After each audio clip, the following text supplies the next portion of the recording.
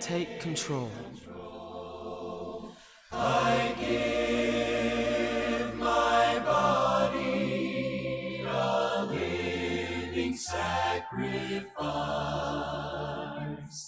Lord, take control, take control.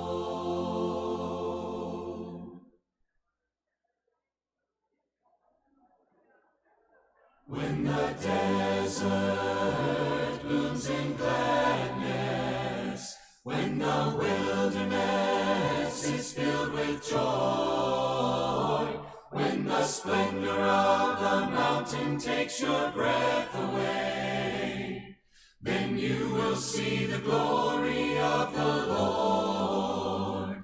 When the feeble hands are filled with strength again, when the knees once weak are standing strong, when the fearful heart with courage sounds the battle cry, then you will see the glory of the Lord. Like a stream in the desert, he comes rushing in, bringing life to the burning desert sand. Then the blind see the deaf, hear the lame leap like a deer, and the tongue too long silent shouts for joy. Like a stream in the desert is the Lord. Like a stream in the desert, he comes rushing in, bringing life to the burning desert sand. Then the blind see the deaf, hear the lame leap like a deer, and the tongue too long silent shouts for joy. Like a stream in the desert is the Lord.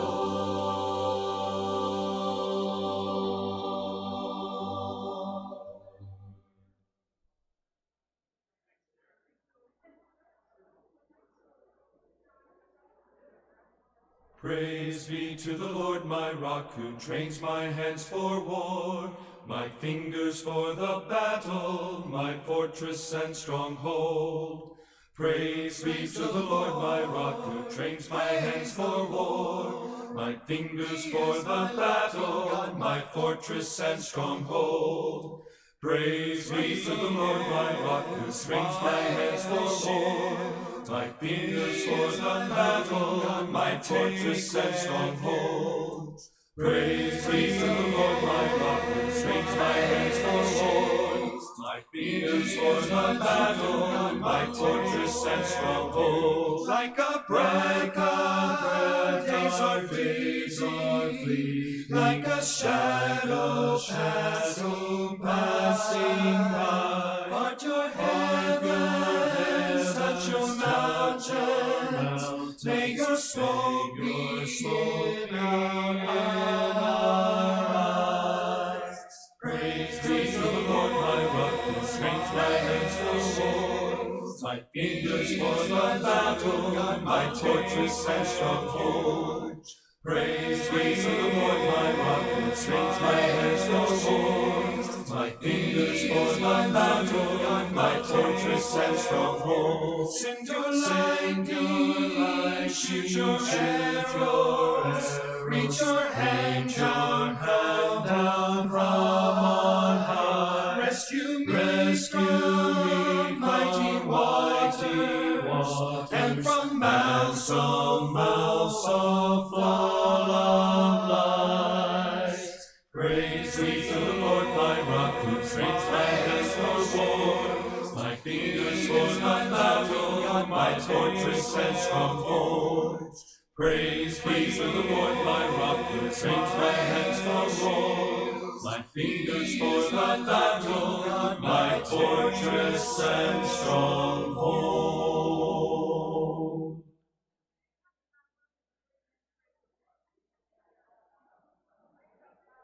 Some may trust in horses, some may trust in chariots, but we will trust in the name of our God. Some may trust in horses, some may trust in chariots, but we will trust in the name of our God. Some may trust in horses, some may trust in chariots, but we will trust in the name of our God. Some may trust in horses, some may trust in chariots, but we will trust in the name of our God. In the name of Jesus, our salvation lies. He will hear from heaven to answer every cry.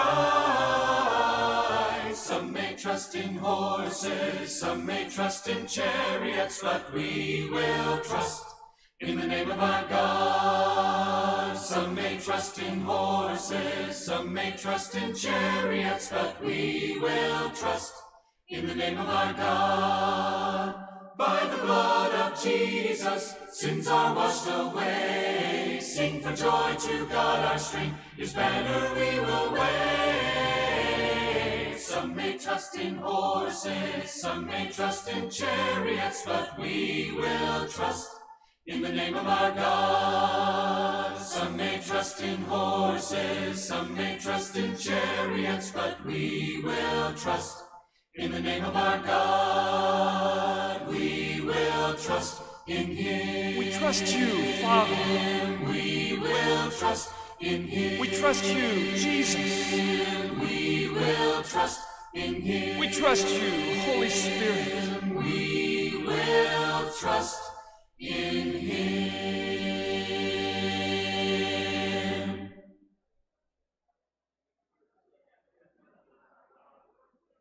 My son, stop and listen. Guard my teachings as the apple of your eye. Bind them on your finger. Write them down on the tablet of your heart, Write them down on the tablet of your heart. There's a path, never take it. Down a street to a house where deceit waits at twilight. All dressed up, bold and loud. And she says, do you know I've been looking for you? You're the one, only one I have found. Will you come go with me till the moon is full? Let the darkness fill our eyes. My son, stop and listen. Guard my teachings as the apple of your eye. Bind them on your finger. Write them down on the tablet of your heart, Write them down on the tablet of your heart. With smooth words so persuasive, she will lead you astray. Like an ox to the slaughter, awful cost to be paid. So my son, pay attention to what I say. Let your heart never turn to her ways. For her house is a highway to the grave, and her paths lead down to death. My son, stop and listen. Guard my teachings as the apple of your eye. Bind them on your finger. Write them down on the tablet of your heart, Write them down on the tablet of your heart. My son, stop and listen.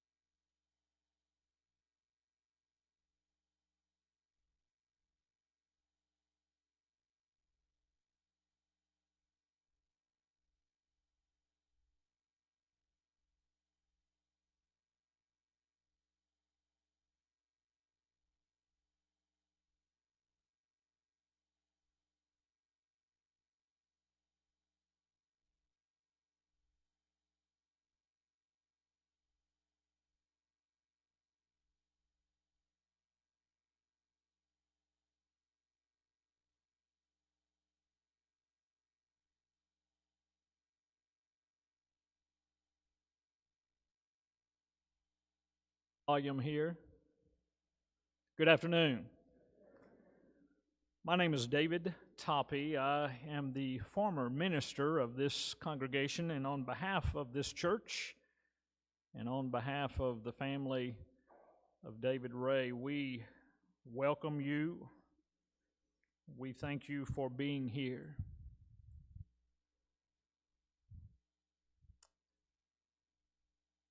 I hope this will not be misunderstood. I have been looking forward to this occasion because I think you're in for a real treat today. It's not going to surprise anyone that David had written some things down as to how he wanted this service to go. What a shock, huh? And he specifically wanted this to be a time of joy and celebration and not just sorrow. But we're going to go one beyond that. It's not going to just be a time of celebration. It's going to be time to honor a life well lived. To honor a man that was extraordinary in a lot of aspects that you're going to be made aware of today. David was a teacher and mentor extraordinaire, unmatched on many levels. And so it's going to be interesting for you to hear from some of the family members, from some of his former students, from some of his co-workers. And each one of the participants has their own order of service. And so you will go in the order that has been given to you, and it will be uninterrupted. Just follow the person. And what I would ask for you to do as participants is when you come to the microphone, if you would just introduce yourself to the audience so they can kind of know who you are and how you're connected, and then share what you have to say.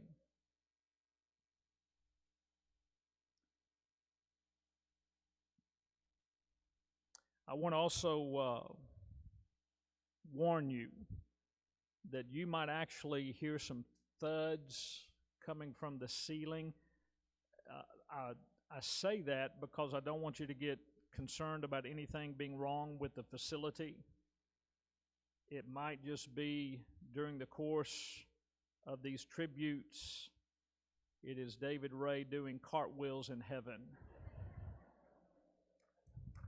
That's right.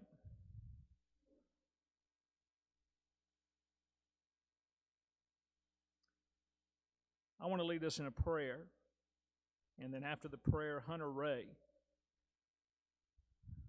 will go first. And then as each speaker takes their turn, Justin, his son-in-law, will close things out. Going into this prayer, I want to give a quote from David Ray. Never stop searching for beauty in life.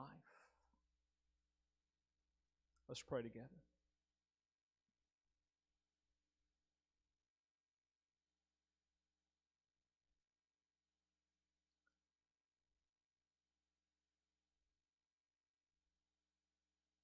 Father, as we come before your throne this morning, this afternoon, this day, you know why we're gathered here, Father, and you know that there is a mixed sense of mourning the loss of this man that touched the lives of so many in indelible ways. And yet at the same time, there is such joy in knowing that David was also, among all the other things he did in his life, he was a man of serious faith.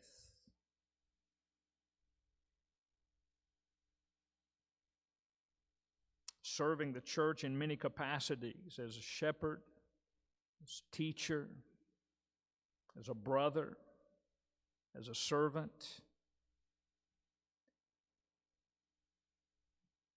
One who claimed the promise of eternal life for those who remain faithful in your Son.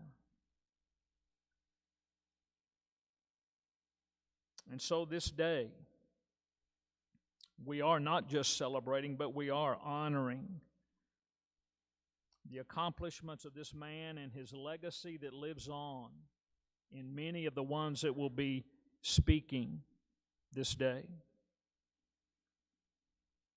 And Father, we know that no word is going to be able to remove some of the hurt that we feel in this loss. No statement, no gesture is going to be able to fill the void.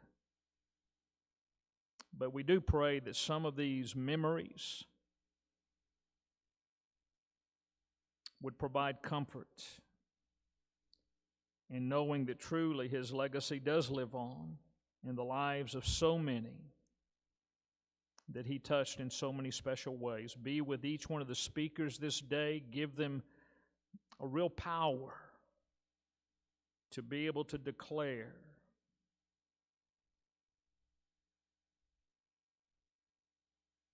their memories and how he has impacted their life forever. It is through the blessed name of Jesus, your Son and our Savior, that we pray. Amen.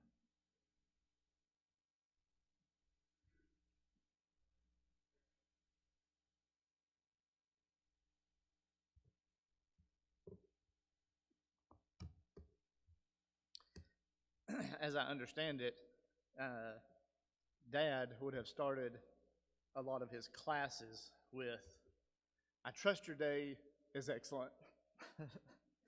And so we want to set the tone of that. He also really appreciated both Socrates and Plato, and I'm not sure which one of those two scholars it was that says, "Know thyself," of which I have probably not done so well. I should have turned this over to do this part to a master speaker and communicator in his own right, David Toppy. So excuse me if I need some grace there. We expect to pass through this world but once. Any good that we can do, therefore, or any kindness that we can show to any fellow creature, let us do it now. Let us not defer or neglect it, for we shall not pass this way again. This statement by the author Stephen Grellett was one of the guiding statements that influenced my dad's thinking in his early to mid-20s and would become the bedrock of the actions of his daily life. Ronald David Ray was born into this world as Taylor Smith, a newborn infant given up for adoption, either because his parents did not want him or couldn't adequately take care of him. But he finished as R. David Ray, a man who accomplished much and was loved by scores of people, both near and far. And certainly more than anything, by the happy family he made with his devoted wife, Lois, of 58 years. I believe firmly that Pop would want me to pause for a moment and speak directly to Brandon Worley, a recently adopted member, and to Heather and Justin's family, and to the Ray family at large.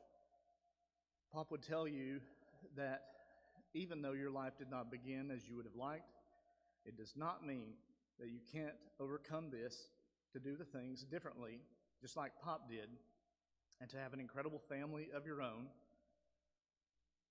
by putting others' needs first, being a true friend of action to people, and by treating all that you come across with love, kindness, gentleness, and respect, so that you too might end your life surrounded by a multitude of people who love you and would do anything for you. We all believe that you can do it.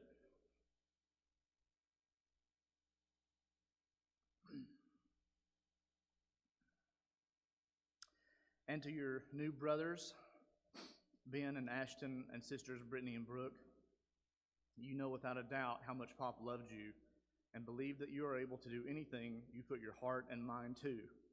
He was extremely proud of the specific qualities that make each of you unique in your own right. And we must all remember his example to be sparing in our criticism, generous with our praise, and always gentle with our words. David Ray lived his entire life as a daily, consistent example, without fail, of what it means to be a devoted son, husband, father, friend, and member of his community.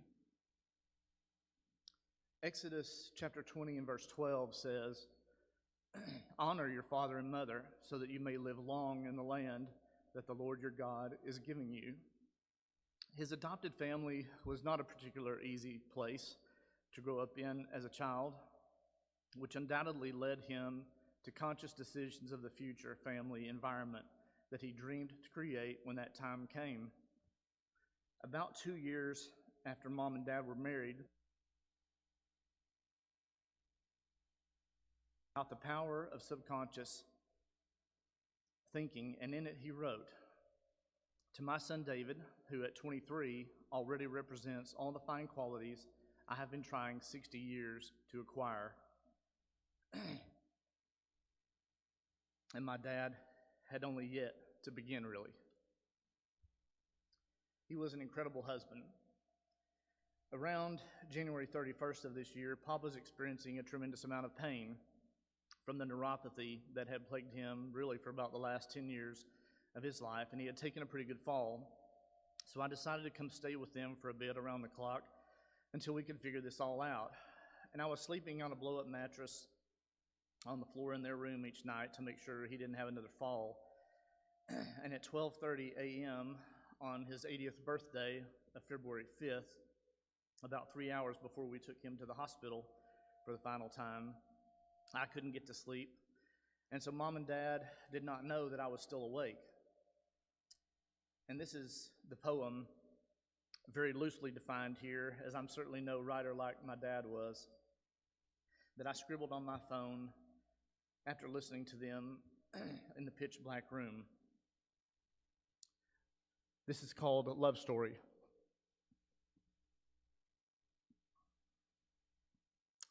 In the dead of the night, after another tough day, not knowing I was there, the most beautiful words shared through the jet black air. He began to cough. "Do you need something, sweetheart?" she said. "No, but I love you," was his reply. "I love you too," his angel sighed as they sweetly drifted back right to sleep.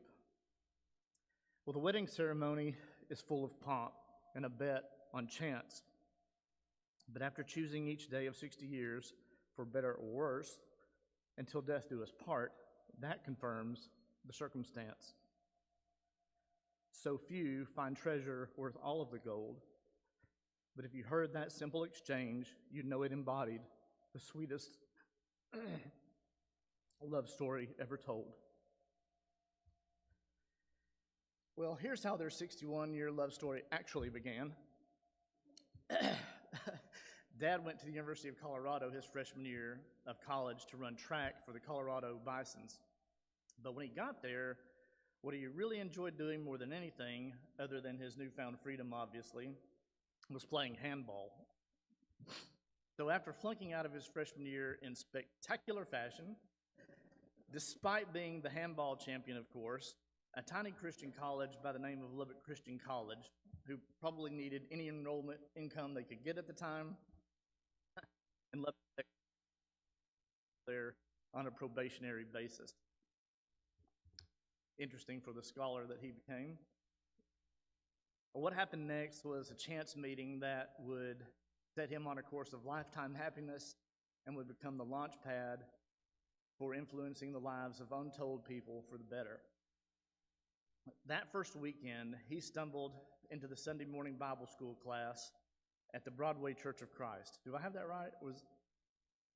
Vandalia Village. My apologies, Mom. Unbeknownst to him, there was an extremely shy yet beautiful girl who had noticed him immediately upon walking through the door. And after quickly calculating her odds, no doubt, made the split-second decision to get his attention by pulling the chair out from under him. We laugh hysterically every time this story is recounted, and it never gets old.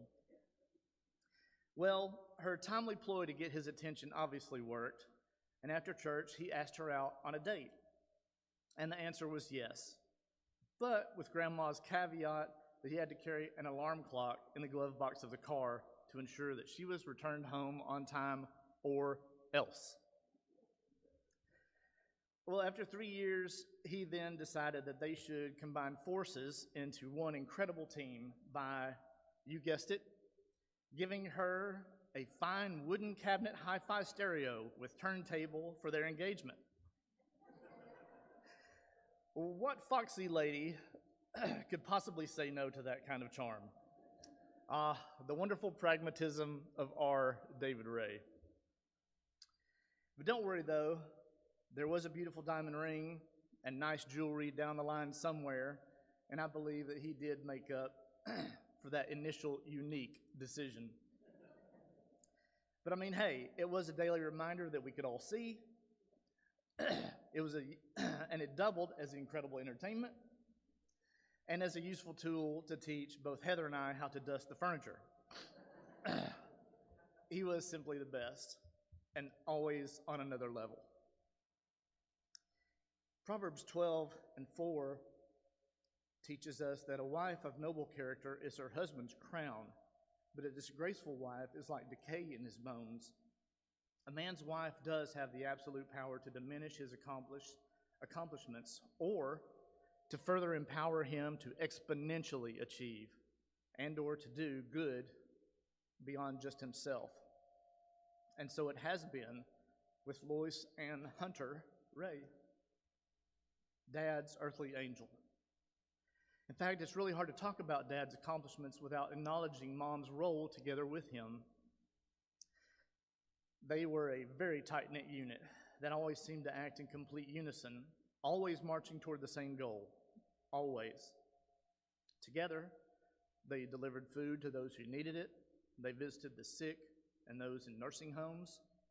They designed and built and led vacation Bible schools together each summer.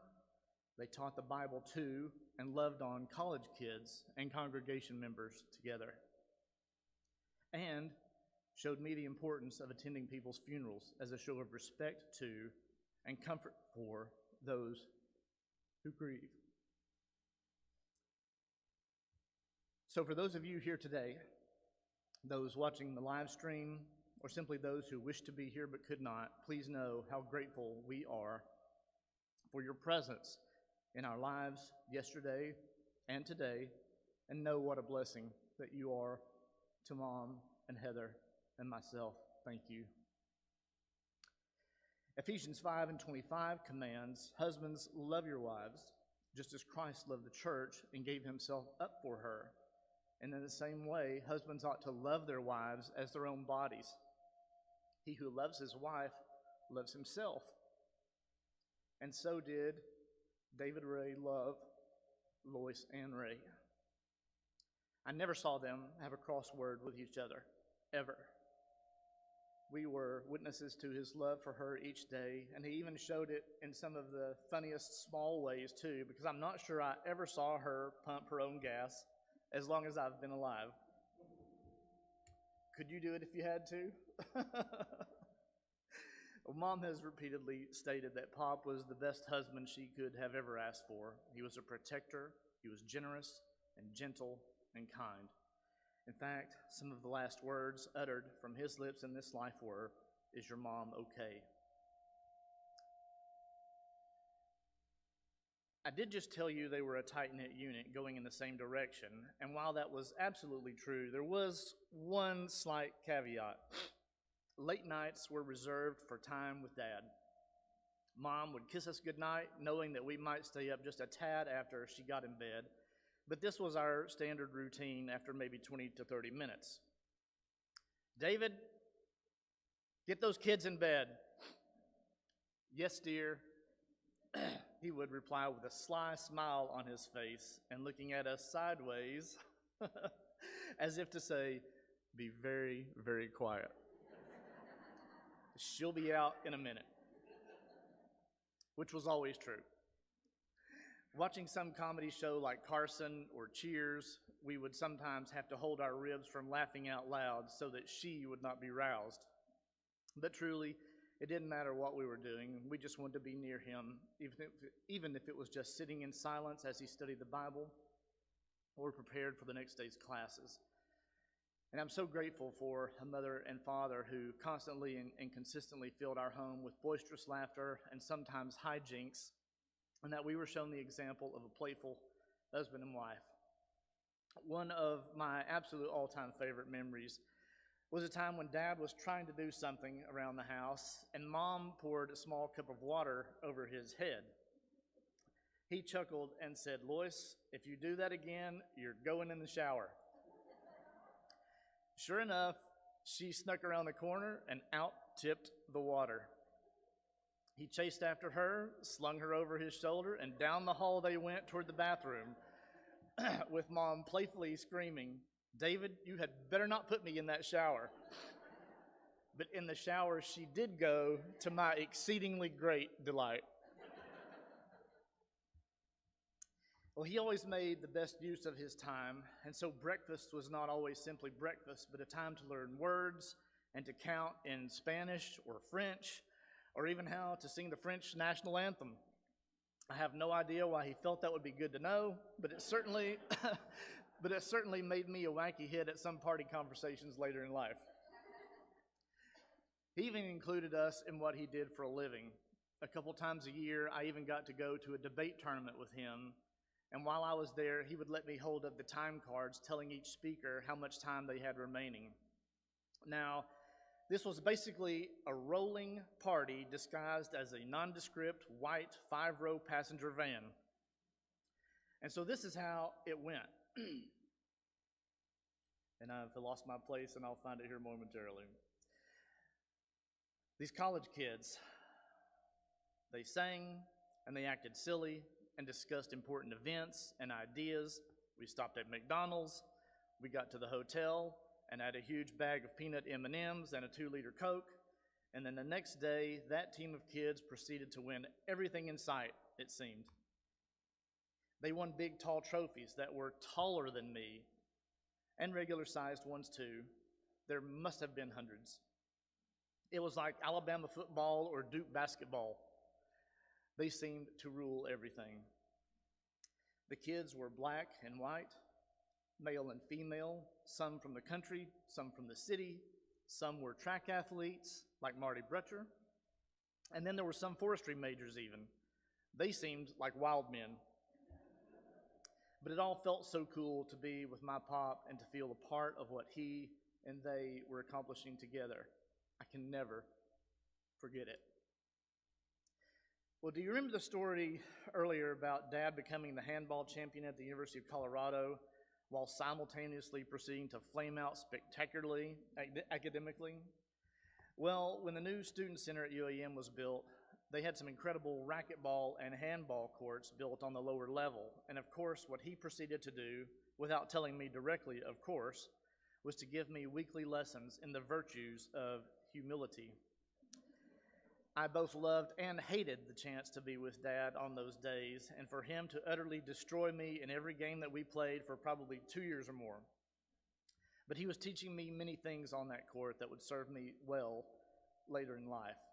So I want Ashton and Brandon to know that all I'm doing for you when we play cornhole together is the same thing that Pop did for me long ago. Hang in there, boys, your time will come.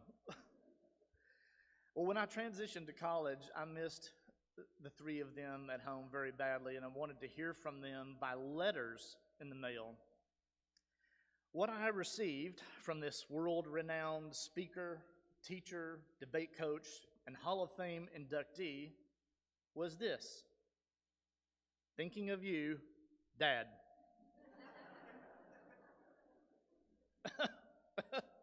Are you kidding me? I mean, really. So I asked my sweet sister to begin writing me, and as the awesome sister that she is, she actually began writing me daily. I said daily.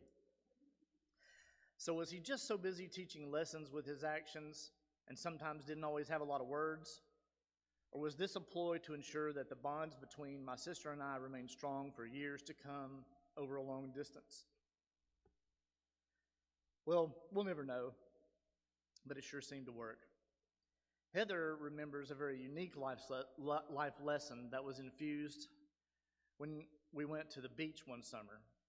Heather was probably 8 years old, and she decided one morning that she would leave the hotel room and get on her floaty out in the ocean before the rest of us had gotten out of bed. She had apparently drifted more than a mile down the beach. Pop found her, and as she got out of the waves, said to her, "Do you know where you are, Heather?" He paused and then said, "Come on now, we must get back to the room before your mom wakes up." Well, this one simple phrase, what did it do? As Heather puts it, it reminded her that she did need to be more careful and aware of what she was doing, but yet did not kill her sense of adventure out of fear.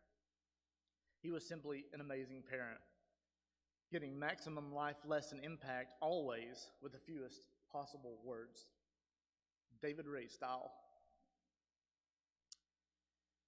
Well, Proverbs 17:17 says to us that a friend loves at all times and a brother is born for time of adversity. He seemed to be a great friend. He helped them lay tile, replace roofs in August in Arkansas, or just do about anything, and he even went on fishing trips with them. Some of them were so close to us that we actually thought they were our aunts and uncles, and we called them that by name until we finally became old enough to realize that they were not our blood relatives, yet, as Judy Reyna calls it, relatives through love. We were always hosting people for meals and Bible studies, or just hanging out having fun, and there could not have been a better place.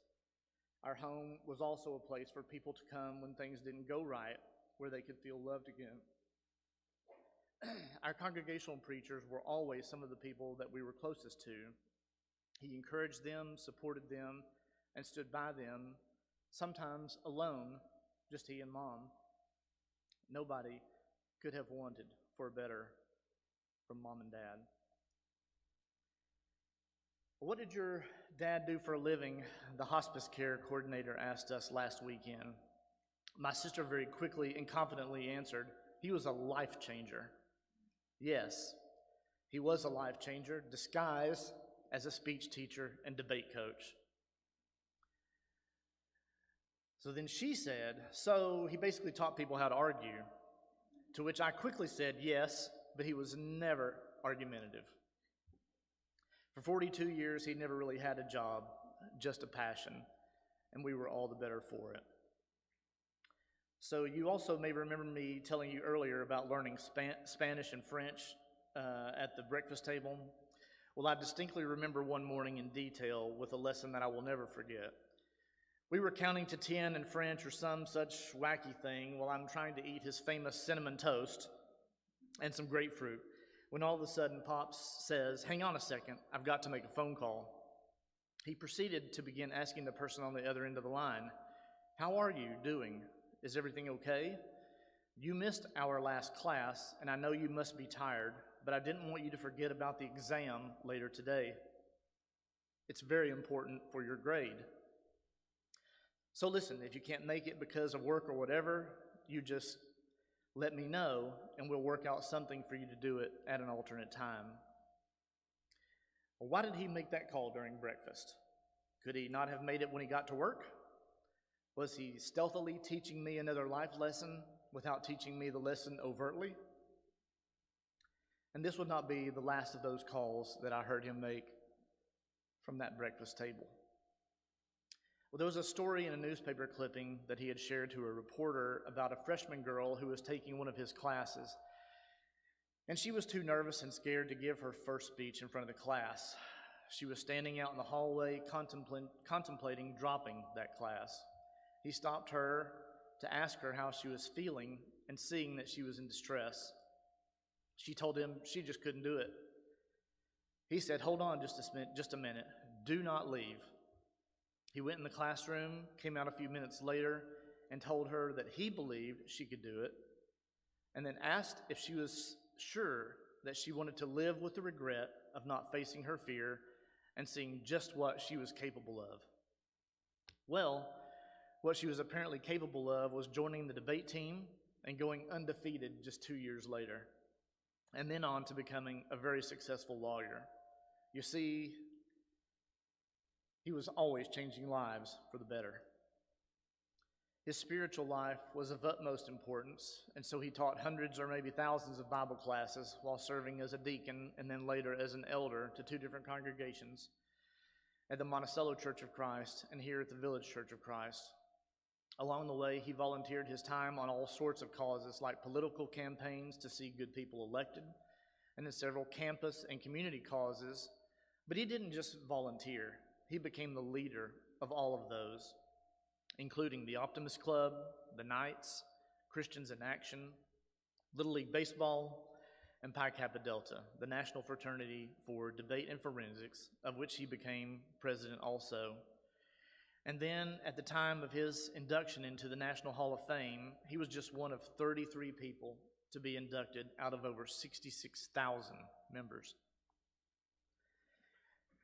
Before I begin to close, I want to take this opportunity to publicly thank Dr. Jack Lassiter for promoting Dad to that final rung on his ladder near the top, where he was able to have an even larger impact on the university family that he poured his life into. I do understand how much political capital you risked personally with both the faculty and the board by promoting him to such a vaunted position of trust without the required doctoral degree that one always needs for these sorts of positions. Our family has always been grateful for your recognition of him in this special way, and I believe you know how much that meant to him personally and how much he loved working for you. Thank you. So Pop lived a very purposeful life, and as usual, I know he would want to encourage all of us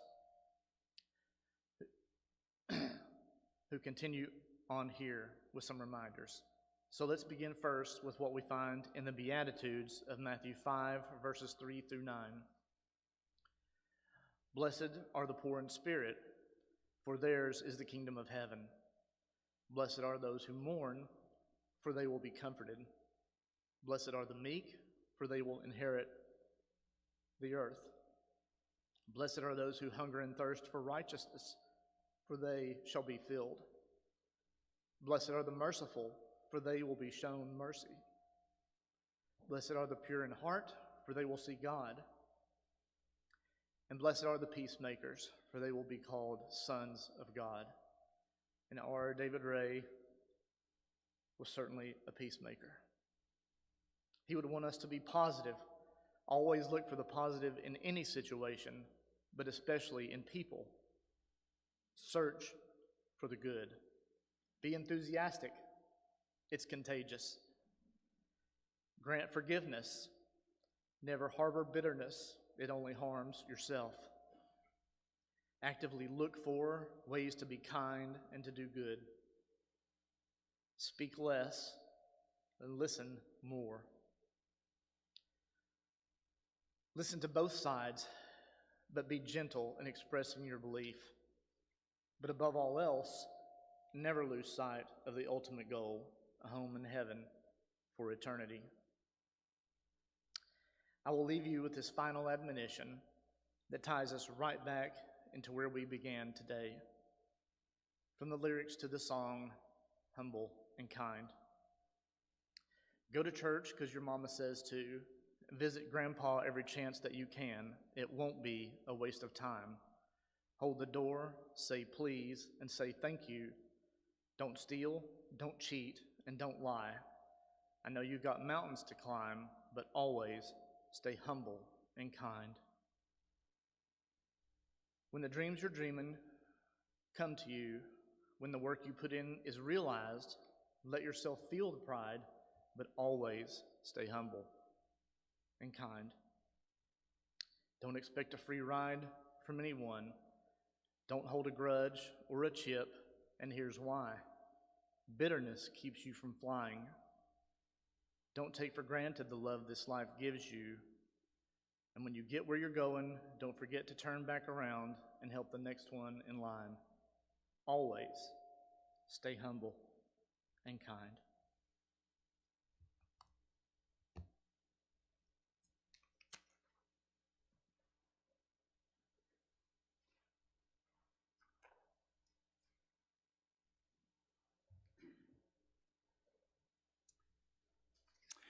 Good afternoon. I'm Chad Napier. I'm the preaching minister here, and today I'm the song leader. Glad to be with you, and so great to see all of you, and thank you for your support. This beautiful family today, number 867, if you'd take a songbook in the pew in front of you, number 867. We're going to sing a song and celebrate the future and the promise that we have as Christians. To Canaan's land I'm on my way. To Canaan's land I'm on my way, where the soul never dies. My darkest night will turn to day, where the soul never dies. No sad farewells, no tears in eyes, where all is love and the soul never dies. A rose is blooming there for me, where the soul never dies, and I will spend eternity where the soul never dies. No sad farewell, no tears in eyes, where all is love and the soul never dies. I'm on my way to that fair land where the soul never dies, where there will be no parting hand and the soul never dies. No sad farewell, no tears in eyes, where all is love and the soul never dies. Amen.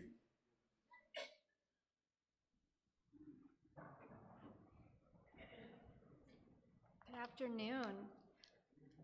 My name is Brittany. I'm the oldest of David, or as we call him, Pop's grandkids. I have the privilege to read some of the words he wrote. Actually, as we were working yesterday to prepare the service, was handed a notebook all written by Pop. It says just a few more thoughts on life, with his poetry and quotes, including a poem he wrote called Assurance that says, "But Lois, I do love you." And I told my husband, take notes. I know for all of us kids, we're blessed to have Pop in our lives. And so it's my privilege and honor to read this poem by him for you, called Just a Few More Thoughts on Life by Ronald David Ray. You know about life, but do you really? Oh, sure, there are problems. We know that beauty is in the eye of the beholder. Then, cannot all of life be beautiful? Why escape reality? We have only one physical life. Oh yes, there can be beauty in problems, and even more so in the solutions. Yes, life can be a real experience, and living every moment to the utmost. Wake up from that dream where people are not real people, but never stop searching for beauty in life. I'd like to welcome Jack Lassiter up to speak.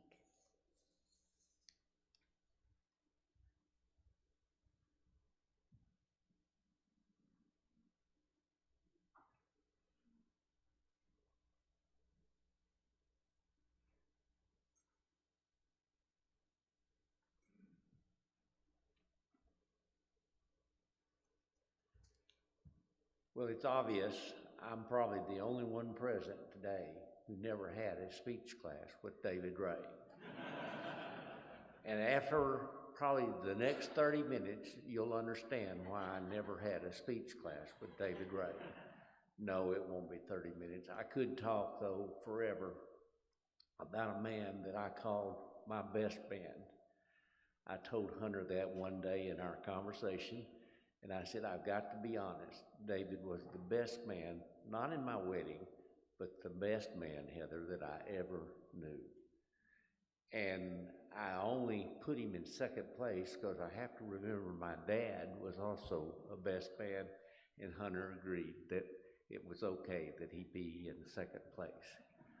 I had the pleasure of being by his side, working with him for almost 40 years. A long relationship that started wonderfully and I hope has ended wonderfully. He was a great man. I don't think I have to say that more than, 100 times? He did so many things. He left such a memory for people. You know, I could, again, talk for hours, but I won't. You may wonder about this little sheet here, but I'm at the age that, thank you, Hunter, if you prepared this, or Heather, I don't know who prepared it, but it reminds me what time I speak and where I'm seated and who I'm seated next to. So I will not be lost, Judy. I will be back, you know. David obviously taught speech and was a wonderful man to the students that he touched. I wish I could tell you an exact number, but if you realize he was in the classroom over 30 years, he touched the lives of a lot of people coming through that institution. Now, you gave me credit for doing some things that I didn't do because of me. I did them for me because it put me in a better position, because I got him doing something that really he was not good, he was great at. I regret, though, that I took him out of the classroom. He was the best faculty member you could have ever wished for. And, you know, that mistake led to, though, him doing a wonderful job in various roles. You know, it's often hard for us to talk about somebody without mentioning that what we call them, you know. In David's case, first met him, I called him professor. And then it became director of speech and forensics. Then it became director of the Division of Arts and Languages, I think we called it. And then the dean of the School of Arts and Humanities, and then vice chancellor. But I always called him one thing and will always remember him for one thing, and that is friend, an underlined friend. He was a mentor. I hate to disagree. The little program that I have says that I was his boss. I wasn't his boss. I never bossed him. He might have bossed me some, but I never bossed him. I was thankful for the fact that we could work together, that we were colleagues. He actually was my mentor in many ways because I never set foot in the classroom. And David helped me understand the classroom. He also, as I said earlier, was a friend, and that was the most important thing. I'm reminded in our job, David and I didn't realize this, but we visited about it one time, that quite often you're called upon to do something that really is not a pleasure. It's a very difficult task, and that is to talk about those who have left us. Faculty members would asked if I would be there and do a eulogy. But I have to tell you one quick story, and David may never have told the family about this, but we had driven, I won't mention names, but we had driven quite a distance to be at the funeral of a faculty member that had retired about 3 or 4 years prior. And we're sitting there, and the funeral director came up and tapped me on the shoulder, and he said, "Are you Dr. Laster?" I said, "No, I'm Jack Laster." And he said, "Can I have you out in the narthex for a minute, narthex?" I said, "Okay," and I walked out. The guy who was to do the eulogy had become really ill right prior to coming to the funeral. So they asked if I would say a few words. I said, "Oh, not a problem." And so the young lady that was with us, Linda Yiser and David, they started writing notes for me. You know how it is that people like them, you know, good staff, good members of our team were writing away. I said, "Oh, I think I can do this now." So I had a little card, and I stepped up to the podium. And prior to that, the funeral director got up and gave a few comments. Well, what was happening while he was making his comments, I was sitting there scratching off everything that David and Linda had written on the sheet of paper. So I literally got up with a sheet of paper, you know, that had nothing on it for me to say, but I think I did okay. I've got a sheet of paper here that just is here to remind me again where I'm seated and who I'm next to. In his retirement, I made one of my famous quotes, or at least that's what I've been told. It was famous. And it was something I do recall and something that I will correct today. But at that time, in 2012, I said that David's impact on our campus for the past 42 years may never again be emulated.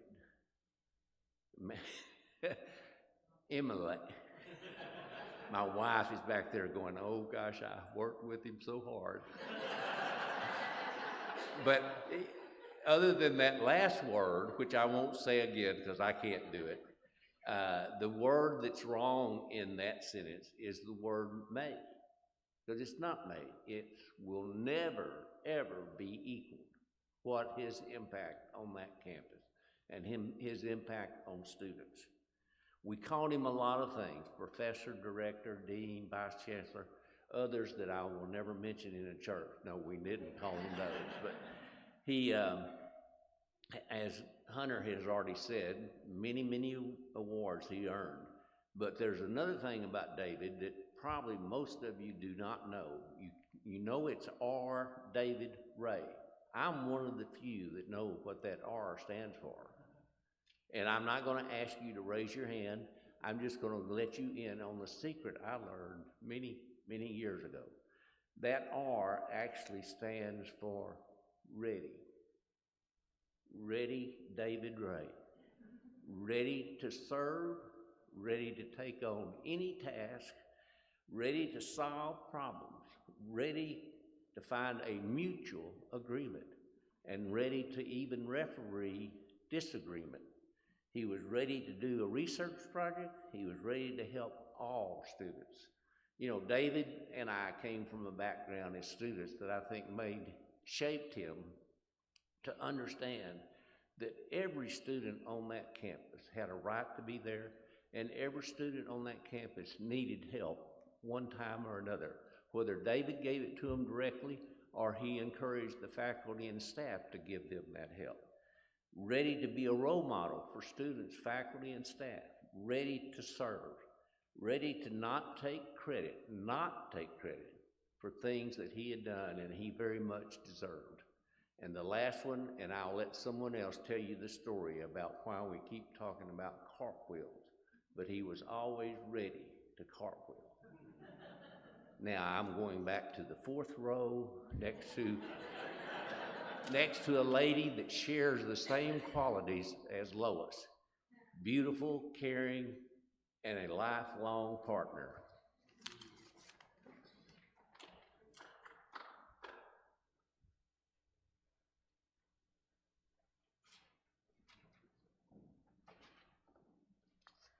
Hello. I'm Brooke. I'm another one of Pop's grandchildren. And today I'm just going to be very quickly reading Philippians 4, verses 8 through 9. Finally, brothers and sisters, whatever is true, whatever is noble, whatever is right, whatever is pure, whatever is lovely, whatever is admirable, if anything is excellent or praiseworthy, think about such things. Whatever you have learned or received or heard from me or seen in me, put it into practice, and the God of peace will be with you.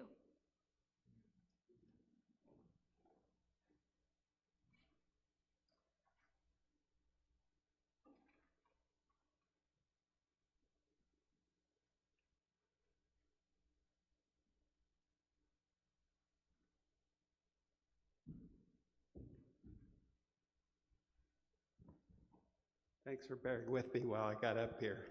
I'm the same, I share a common trait with Jack. I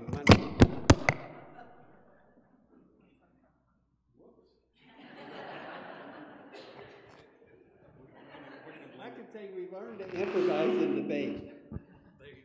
So we got to improvise this if we needed to. There we go. I'm Marty Brutcher. I was one of David's early debaters. I came to UAM in August of 1976. As Hunter referenced, I was a runner. I came down to visit UAM, trying to find out what I could get in the way of a track scholarship. And Coach Denson said, okay, I can get you this much. And I said, that's not going to be enough. And then he started asking me what I wanted to do for a career, and I said, maybe a lawyer. He said, oh, you're in luck.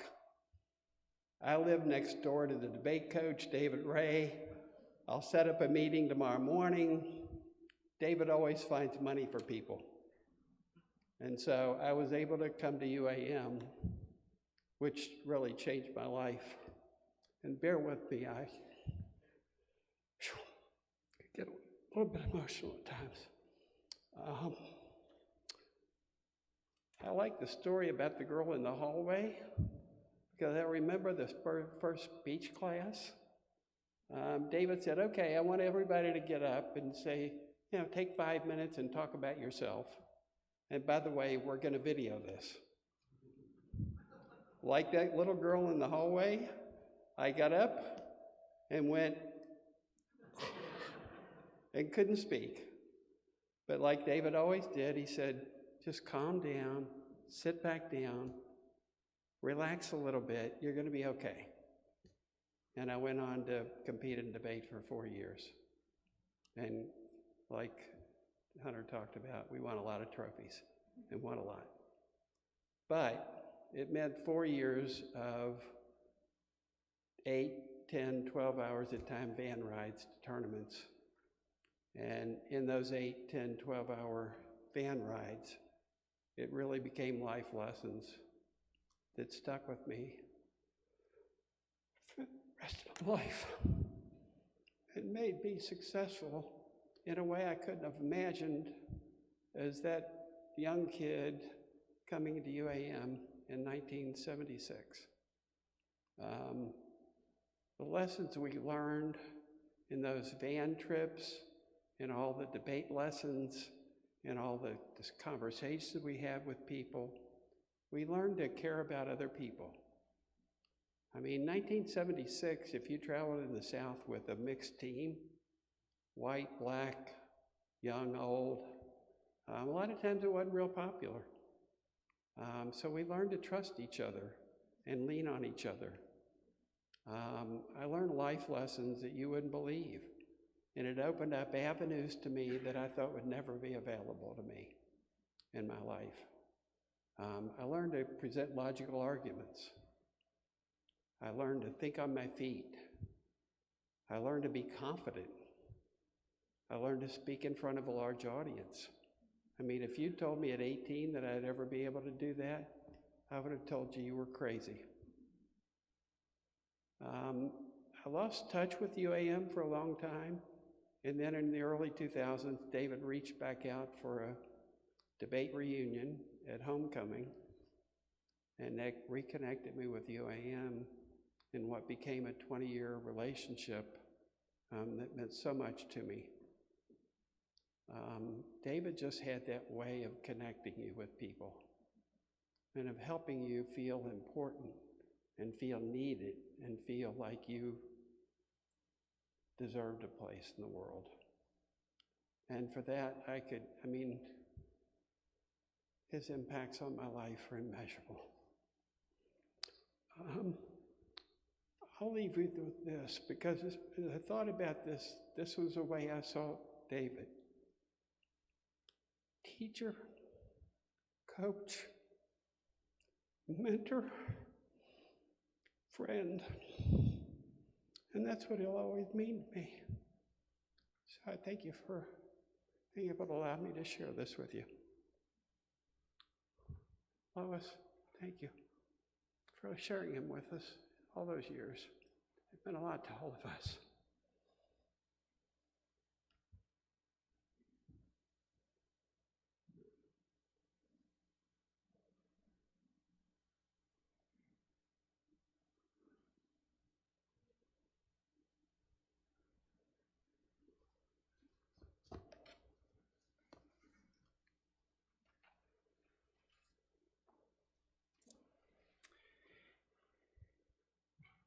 If you'll take a songbook, we'll sing another song that's been selected, number 464, Because He Lives. 464, Because He Lives. God sent His Son, they called Him Jesus. He came to love, heal and forgive. He lived and died to buy my pardon. An empty grave is there to prove my Savior lives. Because He lives, I can face tomorrow. Because He lives, all fear is gone. Because I know He owns the future, and life is worth the living just because He lives. How sweet to hold a newborn baby and feel the pride and joy He gives. But greater still, the calm assurance this child can face uncertain days because He lives. Because He lives,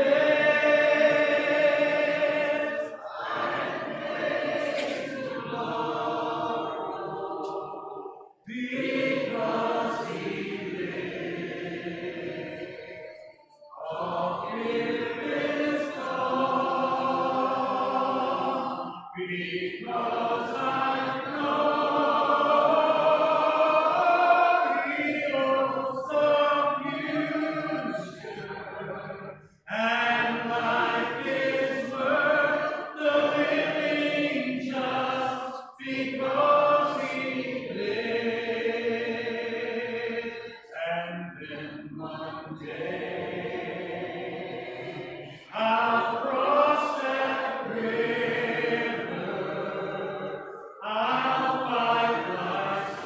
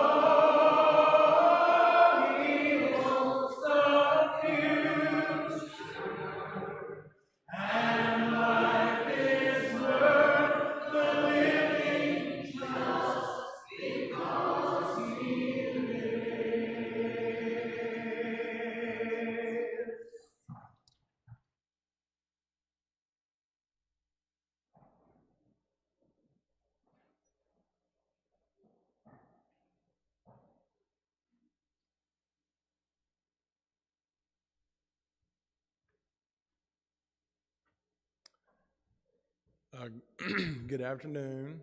My name is Don Dancer. I was one of Mr. Ray's debaters. And so I'd like to start out with a sort of a debate framework, right? And one of the tenets is that all things have their good and bad. And so even Mr. Ray. So I'm going to talk about the great things about Mr. Ray and then a couple of the things that maybe weren't so great. If you can believe that. So the first thing I want to do here is focus on my story with him, because I think I have a unique story.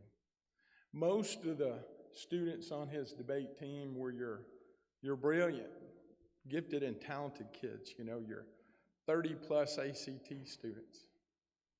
And then there was me. So let me give you a little background on Don Dancer, the young man that David Ray saved. I had come from the Delta, trailer park kid. Neither set of grandparents had graduated high school. My parents hadn't graduated high school. I had no mom, and my dad worked 3 or 4 jobs. And so my brothers and I raised each other. And all the negatives that you can imagine that would go with that existence, I lived. And so I arrive at UAM, just a young man wanting to find a life, man. I needed someone and something to change, and I was there to make that happen. And I was not doing well.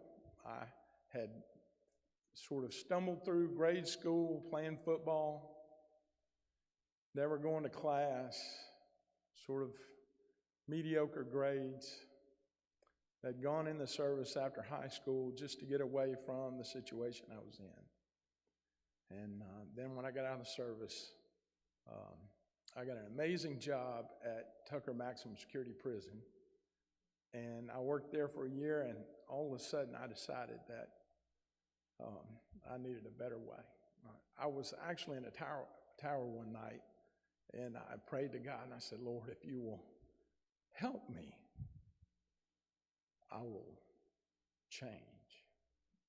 And so through some circumstances, I ended up at UAM, and the first year or so, not so great, right? Just terrible. Because I had no background. So that was setting the stage for when Mr. Ray and I met. And so this is what happens. I had just failed out of a medical program. I had an old beat-up car, no money, and the finance department had stopped my little food card, and so I couldn't eat. And so I was at the very end. I had come from despair, and I was right at the brink of returning back to despair. And so I walked away from the finance window desk. I walked outside. I sat on the steps and my face in hands. And I'm like, Lord, I got nowhere else to go. And no help, right? No money and nowhere to go. And I said, Lord, please. So I look up, and standing over my left shoulder is David Ray. And he's like, hey, young man, what's wrong? And so I go, well, and so I go through the story, and he goes, well, you know what? You do fairly well in class. I coach the debate team. Have you ever thought about being on the debate team? And I'm like, no, never. Those are smart kids, smart kids. And I'm not smart. I'm just sort of some guy trying to figure some stuff out, And he goes, I think you'll be just fine. And I've got a little money, and so I can help you out. I tell you what, I'll get your food card cut back on, okay? But you got to show up and give your best effort. And so I said, okay, well, I'll think about it. I had no plans of ever talking to him again. No plans, no. And so the next day I met a buddy of mine for lunch, and he just happened to need to go into the building that I never go into to check a grade posting. And so we walked up, checked the grades, walked back down, and I walked by his door, and he goes, hey, young man, come in here. And it was Mr. Ray. And he said, well, you need some help, right? And I said, yeah, I need some help. And he said, well, I'm offering some help. But now you're going to have to show up for the debate team and do some work, and then we'll figure the rest out. And so I needed some help, and the man was offering me $500. And so I said, okay, I'll show up. And I just had an ethic. I thought, all right, I prayed, and I needed the help, and he was there. And so, Lord, I'm going to give him everything I've got. And so I have to be honest with you. I was so intimidated because these were brilliant kids. Brilliant. The smart kids you go to school with, they were smarter than those kids. Right? And so, but I was a little older. I'd been in the service and survived a lot. And so I said, all right, whatever I have to do. So I jumped in and started writing speeches for these kids and doing research. And I'd stay up there all night. Thank you, Miss Willis. I know she must have thrown a few rocks at me over the years, because I was always calling Mr. Ray late at night and saying, would you open up the room? And he always would leave his home and come and open up the room so I could work all night. And so I was terrible, by the way, competitively in the beginning. But something happened because I loved him for giving me a chance. I began to transform my brain. I forced myself to be smarter. It wasn't there, but it was sort of like me going to the gym, and I was going to make it happen. And so I went to class, and I fell in love with this guy. And, he had a nice pen, and so I got me a nice pen, And I had never been around any academic people. I didn't know how to be successful. And so I started emulating how he stood and, how he dressed. I started buying, dress shirts. And he just became everything to me. I listened to every word. I laughed earlier when you mentioned Socrates and Plato. That's the difference between me and all these later guys that read textbooks. He taught me the real that nobody else knew. And I learned and listened. I did so well working for those other kids. Next fall, I came in one day and he said, hey, Dancer, come in here. Let me talk to you for a second. He said, I've got some good news, young man. I said, all right, well, lay it on me. And he said, well, some of these other students have so much money from scholarships, and, they were going there making money going to school, that they gave back some of their money so you could have it. And he said, so from now on, I got you. And so that brings you Don Dancer now. I'm 55 years old now. I graduated, first person in my family. I became an educator. I went on to coach a high school debate, and so, not to brag, but I was saying in a post the other night that all I did, I never opened a textbook. All I did was I taught my students what David Ray taught me. And guess what happened? Man, we were awesome. So 18 state championships. The only national title at Stanford University for high school kids from the state of Arkansas, especially from a one-man program. 4 Harvard finalists, and we clobbered every prep school in the country.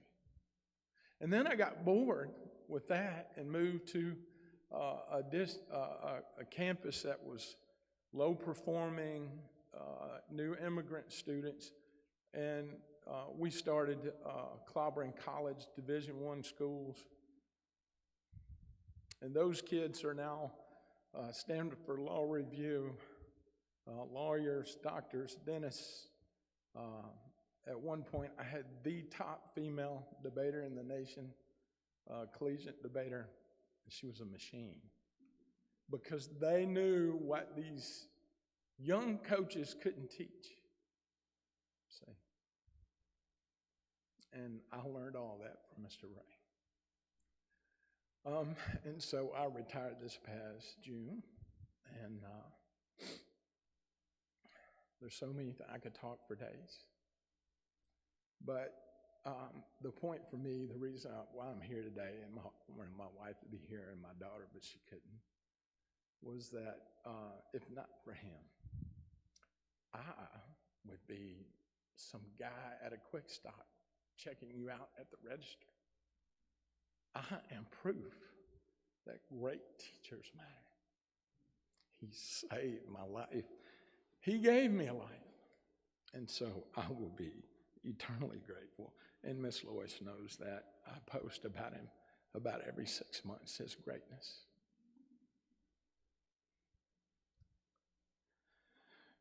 Every time I pay for my daughter's tuition, she's amazing. We have nice homes and nice vehicles. I didn't know any of that. I think of him. And that day on the steps, in my prayer, and if not for this great man being humble enough to stop and help some guy that meant nothing to him, he answered the great call. Love my neighbor. If not for him, my life would be nothing. I was from nothing, and I was headed back to nothing without David Ray. So now I want to talk about his negatives. And this is me trying to be funny because I wanted to add some levity. So first of all, Mr. Ray was not perfect. In my mind and heart, he'll always be perfect, but we all know there's only one perfect human. But anyway, he was not perfect. Miss Lois, I have to let you in on a secret. He did sort of hide some information from you. Mr. Ray had a thing for buffets, and so he had a thing for buffets, and so he would say Miss Lois monitored his eating at home. So when we went on the road, we would go to buffets, and so I don't want to lie in a church, so I can't recite him verbatim, but he said something our first trip like, Dancer, if this comes out if my wife finds out this Chinese buffet was your idea, okay? So he wasn't completely honest there. Periodically, we would arrive at travel lodges, peer out the bus windows, and see police tape and chalk lines of dead bodies on the asphalt outside the hotel.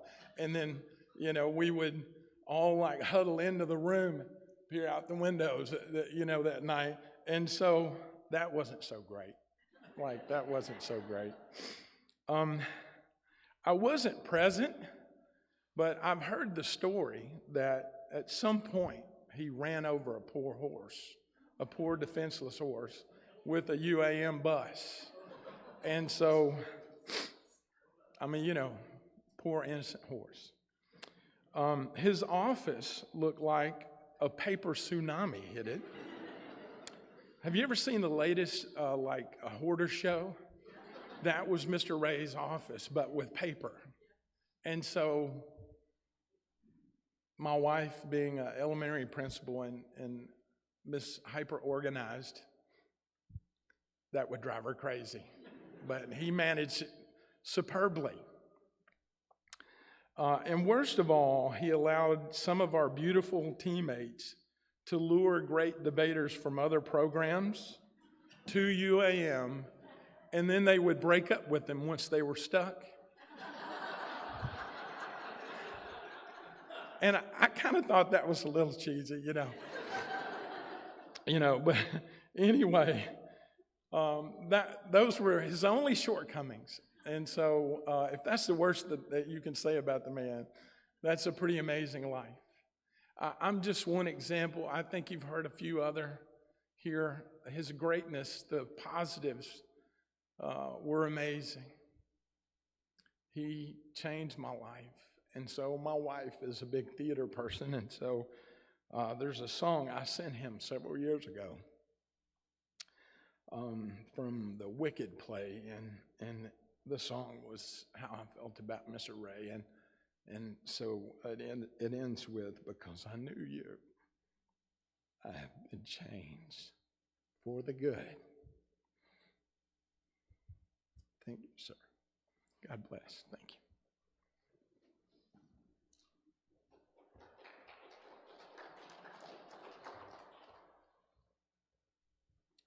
My name is Ashton, and I am the best looking of the grandkids. And as you've heard before, we called him Pop, and so I'll be referencing him as Pop throughout this, little speech. He always had a quote or a poem in his back pocket, but from the stories he told and the way he acted, there are a couple things that I can take away from his legacy. Number one, chivalry has never died. It was always great watching Lolly and Pop interact, and they have often misheard each other as they got older. And so a number of years ago, I started a note on my phone writing down every time that they misheard each other. The funniest one by far was when Lolly said to him, "You're amazing." And alarmed, Pop yelled back, "We're moving?" Pop would always offer to do things that Lolly tried to do so that Lolly could go sit down and relax, like offering her the chair closest to the kitchen, do the dishes, cook and prepare food. And anytime we, the grandkids, needed something, he would offer to go to Walmart before you could even finish your sentence. And this is something that I have taken on, and to do things for people that I care about. Number two, earn everything. Pop started as a small kid with dreams to become someone with a successful life, being one of the first people to train with weights for track, working at UAM for 36 years, and leading a debate team to nationals. He earned it. It wasn't given to him, but he put in his own time and effort.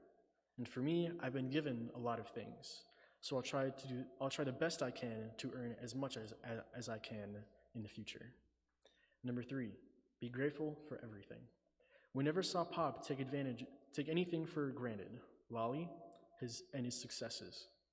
He would always try to look for God's lesson in any hardships he encountered, believing that everything in life was valuable. And he made us feel valuable too. Whenever we arrived in Arkansas, he would always greet us the same way. I'm going to botch this southern accent, bear with me. Hey, look at y'all, and just kind of like this being really hospitable. And every morning before we left, without fail, he would hand each and every one of his grandkids a $20 bill and say the same thing: 10% to the church, 10% to savings, and the rest you can spend. And as a 16-year-old, it can be pretty hard to do that. But his voice in my head will always remind me that it's a value habit to create as I get older. And as I live through the rest of my life, the lessons my grandpa taught me will never escape my brain. And I hope that I will be just as happy and generous as he was. Pop, I miss you, and I love you. Love, Ashton.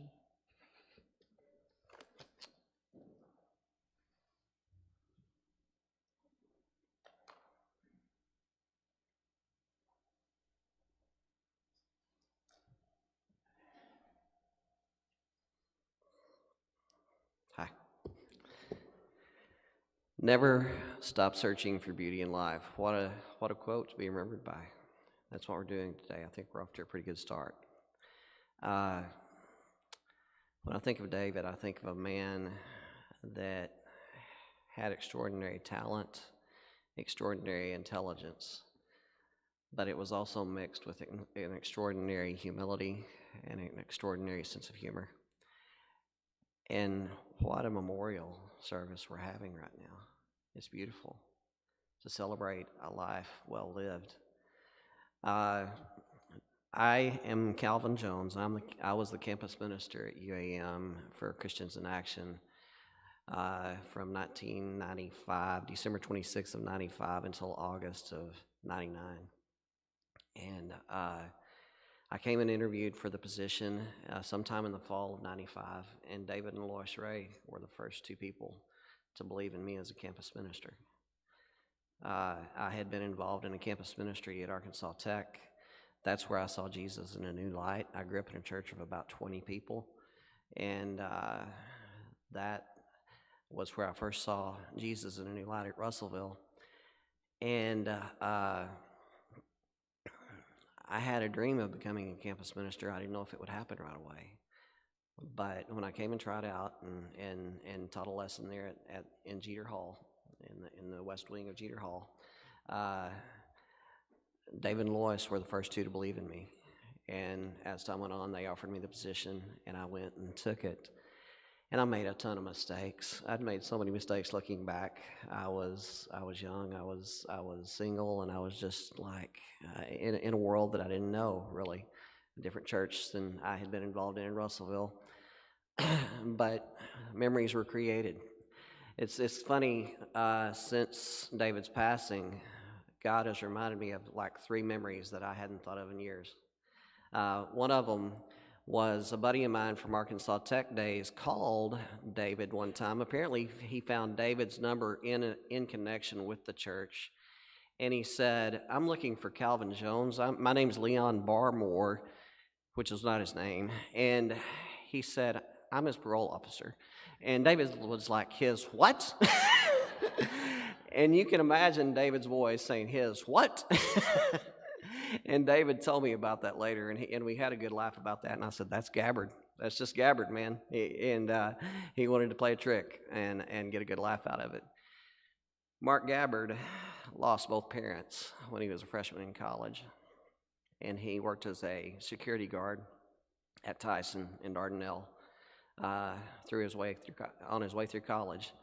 He became a nursing home administrator. I wish he had known David and Lois. He needed that David and Lois in his life. And I was thinking about that this week. Another couple of memories that came up that I hadn't thought of in years. I took a friend of mine and I took a group to Scotland on a mission campaign, London and Scotland.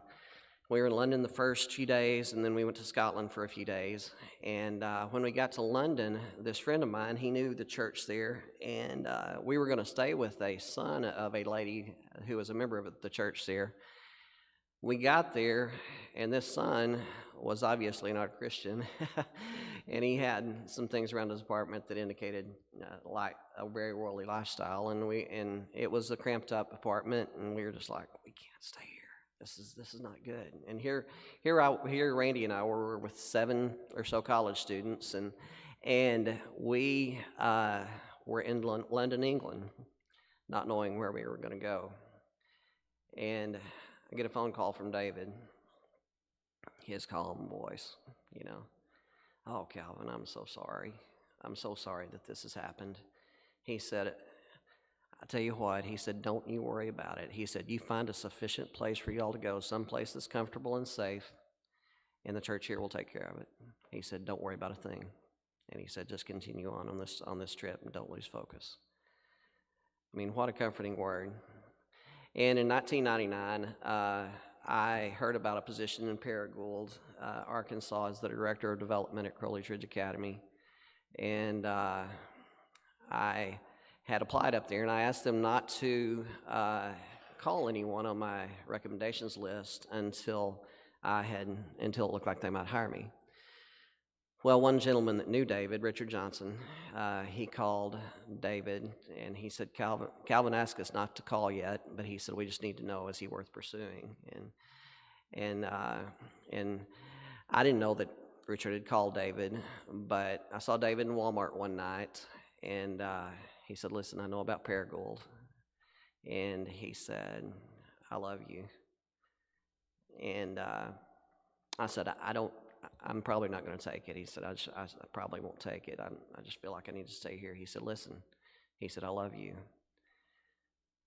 and I don't want you to leave, but I really think you need to consider this for your future, for your personal growth, and for your future concerns in terms of career." And so I considered it, and I was there for 10 and a half years. I went ahead and moved, and I was there for 10 and a half years. David Ray, a mix of intelligence, wisdom, talent, and humility. What a godly man. And I'm thankful that we're celebrating him today. I'm thankful that I knew him. I'm thankful that he will forever live on in many of us. Who knows where these ripples are going to go? You know what? I mean, if he was a rock and a ripple, and you dropped him in the water and ripples started going, I'd love to see in eternity what effect he's had for 300 years down the road. I don't know how long his impact is going to last. I don't know. My wife, my beautiful wife, Amy, I married her in 2010, and she's right here for those of you who haven't met her but know me. A couple of years ago, she said, "I've got you a present," and she said, "But don't come in for a little bit. I'm going to tell you when to come in." And I hear her just doing something to the wall on the other side of the room, on the other side of the wall. And about an hour or so later, she said, "Okay, you can come in." And my favorite verse is Hebrews 12, verses 1 through 3. And I've graduated to bifocals, so I'm going to get these out. She put the first 2 verses of Hebrews 12 there. It says, "Therefore, since we are surrounded by so great a cloud of witnesses, let us also lay aside every weight and sin which clings so closely, and let us run with endurance the race that is set before us, looking to Jesus, the founder and perfecter of our faith, who for the joy that was set before him endured the cross, despising the shame, and is seated at the right hand of the throne of God." Hebrews 12, 1 through 2.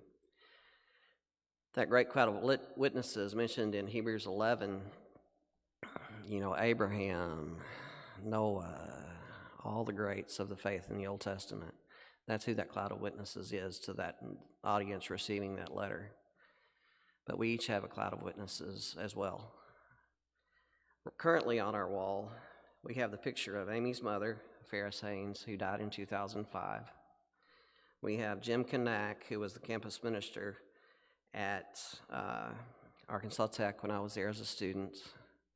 He was killed in 1991 in a car accident while I was there. I was the last one on earth to see him. Guess whose picture is going up there next? David Ray. He's in our cloud of witnesses now. And his picture is going to be beside that mural that Amy put on my wall a few years ago. And so I remember him every morning. I come down the stairs, and I'll say, That's my David. Thank you.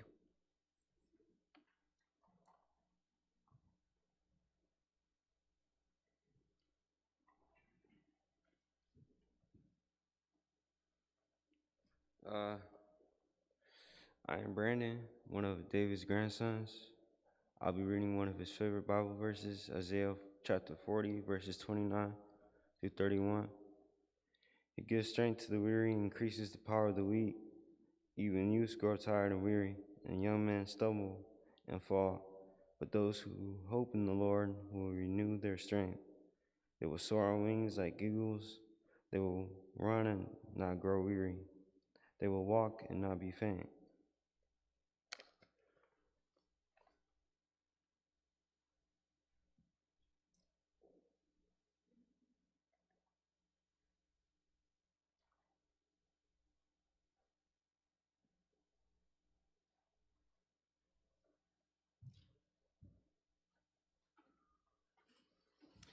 Good afternoon. My name is Steve Rook, and I was one of David Ray's students. And it's an honor to be here this afternoon, and it's humbling. I called my mother and told her, I said, they've asked me to speak at David Ray's service, and she said, so you're going to be speaking and honoring the man who taught you how to speak publicly? And I said, yeah. She said, well, don't mess it up. Thanks, Mom. And Don, just one thing. I was shocked to hear that you got to go to a Chinese buffet. I've seen the inside of every Bonanza between Ruston, Louisiana, and Estes Park, Colorado. So just like everybody else that's been up here today, I love David Ray, and I owe him so much. I wasn't one of those smart kids. I was a first-generation college kid from Gould, Arkansas, and just had the good fortune to meet David Ray. Now, as any mediocre debater would do, started looking at definitions. And the first one was a definition of mentor. And, for those of us who were on the debate team, what could we have done if we had had Google in the day? But when I Googled the definition of mentor, there were 233 million hits on mentor. So I looked for the one that I thought fit David Ray the best. It says a mentor is a person or friend who guides a less experienced person by building trust and modeling positive behaviors. An effective mentor understands that his or her role is to be dependable, engaged, authentic, and tuned into the needs of the mentee. And that describes David Ray, but not everything. So I Googled coach. 1.9 billion hits on what is a coach. A coach is positive, enthusiastic, supportive, trusting, focused, goal-oriented, knowledgeable, observant, respectful, patient, and a clear communicator. Mr. Ray started every class with, good morning to you communicators. And I always knew it was going to be a good class because I just loved his class. David Ray is the reason that I graduated from the University of Arkansas at Monticello with 154 hours instead of the minimum 124 because I had to take every class that he taught. David Ray was a mentor and a coach, and he was so much more. Like I said, I was a first-generation college student from Gould, Arkansas. And I'm going to add somebody to this. David Ray and Jack Lassiter, I don't want to say it since he's here, believed in me when I didn't believe in myself. And looking back, he knew I needed someone to believe in me. They both did.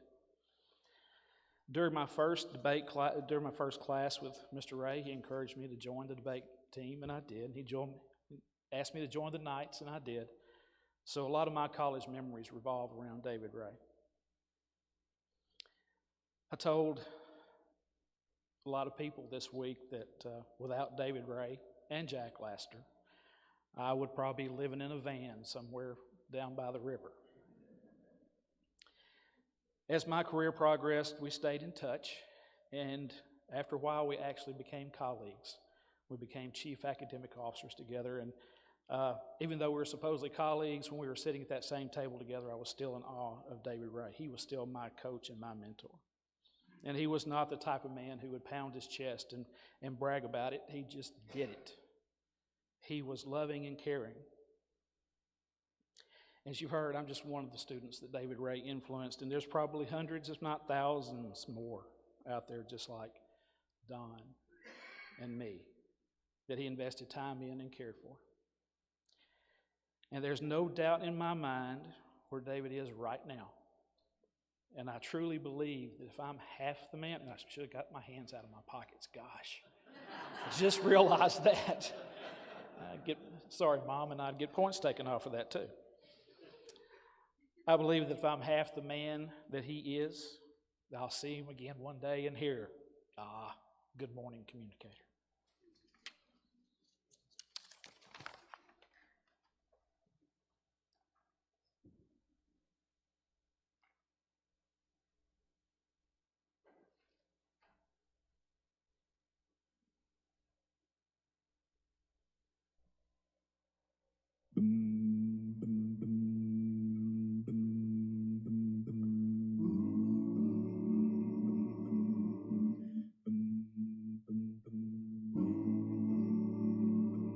I'm kind of homesick for a country to which I've never been before. No sad goodbyes will there be spoken, and time won't matter anymore. Beulah land, I'm longing for you, and someday on thee I'll stand. There my home shall be eternal. Beulah land, sweet Beulah land.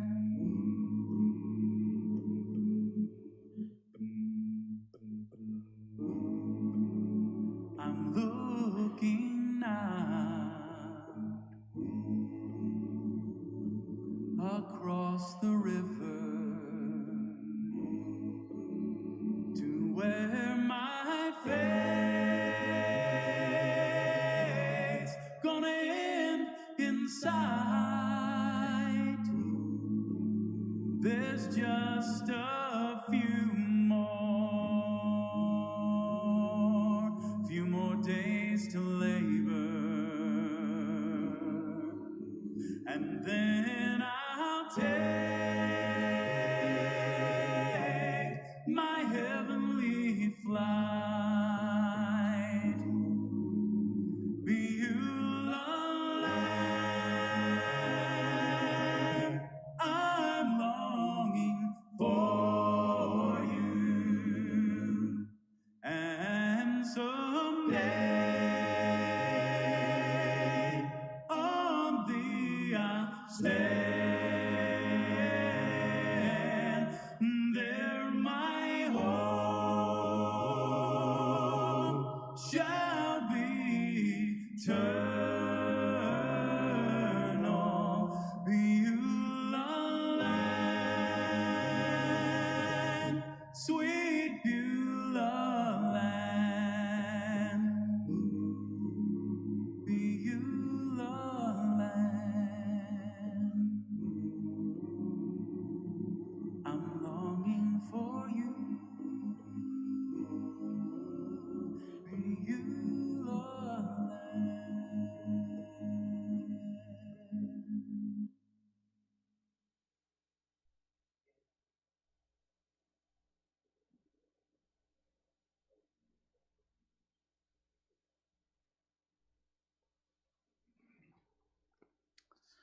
Good afternoon.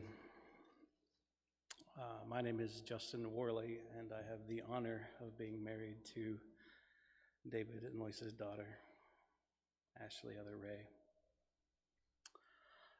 Mr. Lassiter, I'm beginning to understand what you had to say there, because I get to go last, and I've been with my green folder here crossing things off all afternoon. Thoughts of things I was going to share, and that's all right. No, Calvin, thank you. I was going to read Hebrews 12, so we got that out of the way. And I do want to say, we did find David had written some notes on what he wanted for his memorial service, and he wanted everybody to have the opportunity to speak, and I've just been so honored to sit here and listen to you all. And the date on that was May of 21, and at that time, David was the preaching minister, and Chad was the song leader, I think, and so that was the roles we asked them to play today, although I think David is retired, and now Chad's the preaching minister, and they honored our request. The song you just heard was actually a quartet that Chad is in, and that's Chad singing there as well, and he's been singing those songs, and so I just want to say thank you on behalf of the family to you both. We appreciate that. Mr. Dancer, I think you and I have a lot in common. I grew up in a double-wide trailer.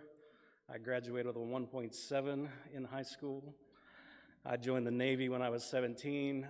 I forged my dad's signature because they wouldn't take me without my dad's signature, so I said, I'll be right back. Where'd you find your dad? He's just working right down the road. Don't worry about it. I joined the Navy at 17 to get away from the situation I was in. And while I was in the Navy, I was at church in San Diego, and somebody said, hey, there's some folks moving in, need a hand, and I'm kind of a people person, and I said, I can carry big stuff. And so I showed up and helped Hunter and David and Heather open up unload Heather as she moved out to San Diego and packed her in, and she ignored me for a while. But eventually I caught her eye, she caught mine early. Eventually I convinced her that it wasn't too bad to take a chance on. But I want to talk about David just a little bit, and I'll come back. We've mentioned cartwheels, and none of the debaters mentioned this. So one of the amazing things, if you don't know about the cartwheels, and one of y'all can correct me, okay? Apparently the debaters, they go, and if they won something, they reach some sort of goal at a tournament of debate, he would perform a cartwheel at the end as celebration. And if you watch the photos that are going to play as we exit, someone snapped some pictures, I think we got 6 or 7 in a row, of someone older than me doing a cartwheel, all right? And I'm not going to just try, that's not going to work. I'm not doing that, but you can see that, and David is known for his cartwheels. The things, if you don't know, in that foyer, David was an artist and a painter and a wood carver, and he was an author. There's a book out there with his name on it. He literally wrote the book on speech and debate. David was so many things to so many people. One of the big things he was to me, similar to the stories we've heard, is he's somebody who believed in me. My wife was a valedictorian of her high school. I graduated with a 1.7. And he saw something in me, and he was like, all right, I'll let you, I'll trust you with her. And he's believed in me. These folks sitting over here and my son at the end, those are my 7 children. Some of them have married my daughters, and some of them have been around with for a long time, and I'm honored that they get to call David Mr. Pop. Mr. Pop come from David, referred to himself in the third person a lot. It was one of my favorite things. He'd get up off his chair and he'd head for the kitchen, and he'd say, well, Mr. Dave's going to get himself some ice cream. Anybody else want some ice cream? I like Mr. Dave, and I like my ice cream. David was an artist. He played with copper, a wood carver. He could fix anything with a pair of pliers and a coat hanger. And it's a skill. I call him the coat hanger fabricator.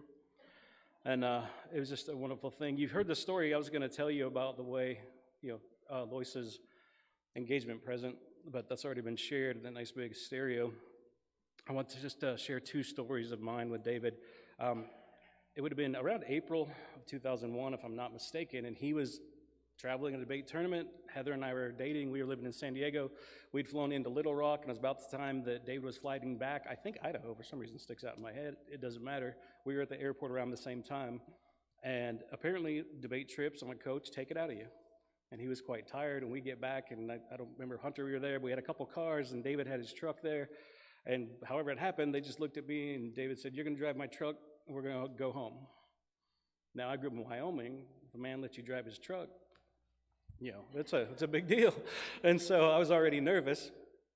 And so driving his truck, I don't know why he wasn't driving, and all of a sudden he's dozing off in the seat. And I was like, oh, okay, this is why I'm driving his truck. But I really had something really important I needed to talk to him about. And so I did my best to try to wake him up a little bit because I needed a conversation. And at some point he woke up enough, and I said, hey, David, I got a question to ask you. And he said, what's that? And I said, well, I'd like to ask your blessing for me to marry your daughter. Okay, mistake number one, it was April 1st. Anyway, mistake number two, he's tired. Okay, but I asked the question, and his response was, well, that's an interesting question. We'll talk about that tomorrow. And he went to sleep. So we got home, and we did talk about it over dinner the next day, and kind of celebrated Lois's birthday around that time, and we talked about it, and David said, what's your plans? What are you doing? I was just getting out of the Navy. I was going to go to Harding University. My plan was to get an undergrad and do marriage and family therapy, and we didn't end up doing that MFT, but we moved on. After I got my undergrad, Heather and I moved up to Wisconsin. That's where my daughters lived, and if you're interested in marriage and family therapy, it's probably a good idea to live where your daughters are first and care for them, and Heather helped me see the wisdom in that. And we'd been up there about 4 years, and David and Lois come to visit us. Now, like I said, high school, not a great thing. I wasn't a great sailor either. I finished school. I finished college, had a degree, and we moved up there, and I was kind of part-time ministry, not a whole lot, but working. And I managed to use my electronics training in the Navy and got a job. And about this time, we're about 4 years in, and I'm moving into job number 3, and David comes to visit. One day we're sitting there, and he just politely says, so what's this next job?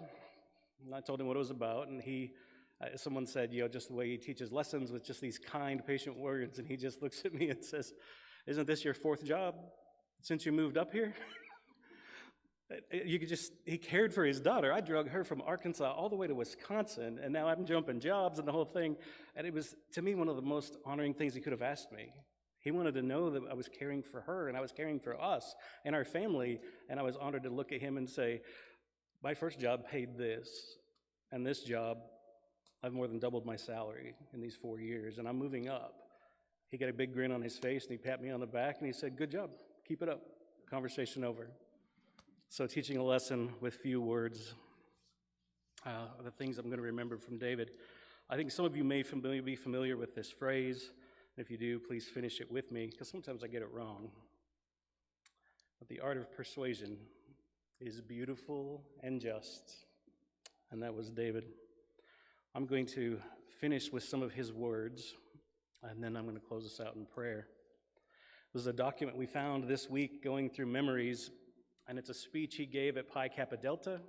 That's a fraternity, I believe, of debaters in 1987.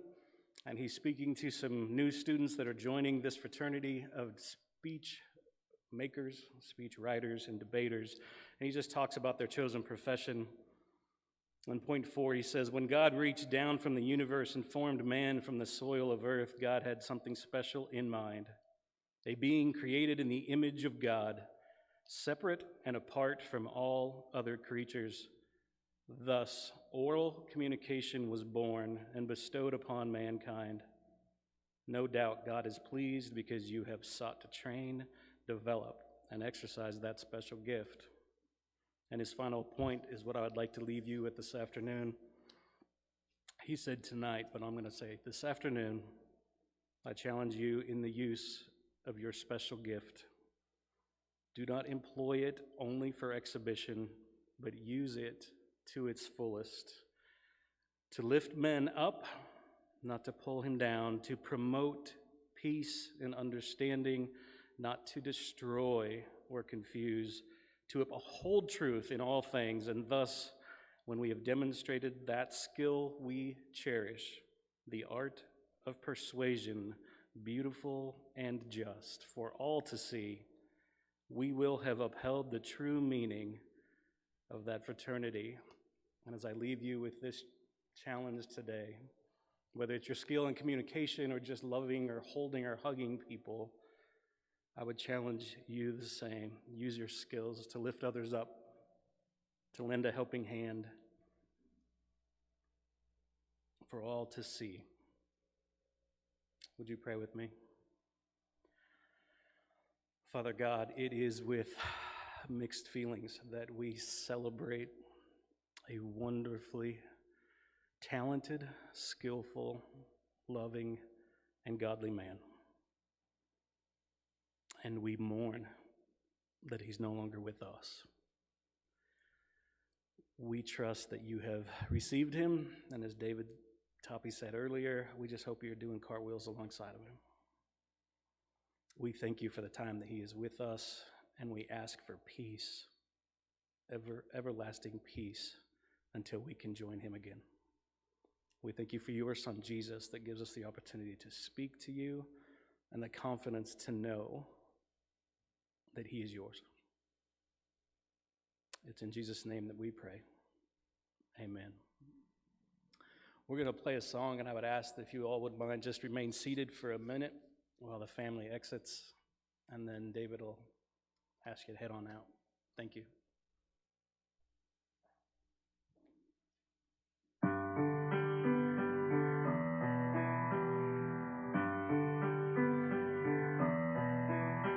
A crown of thorns placed on his head. He knew that he would soon be dead.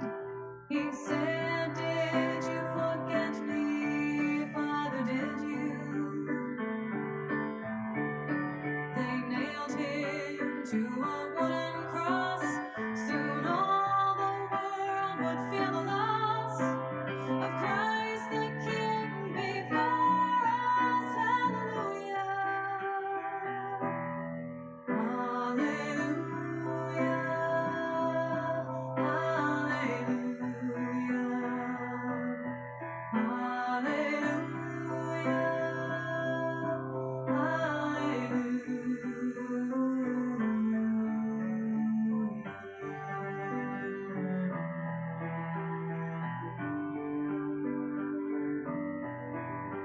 He hung his head and prepared to die, then lifted his face up to the sky, said, "I am coming home now, Father, to you." A reed which hid his final sip was gently lifted to his lips. He drank his last and gave his soul to glory. Hallelujah, hallelujah,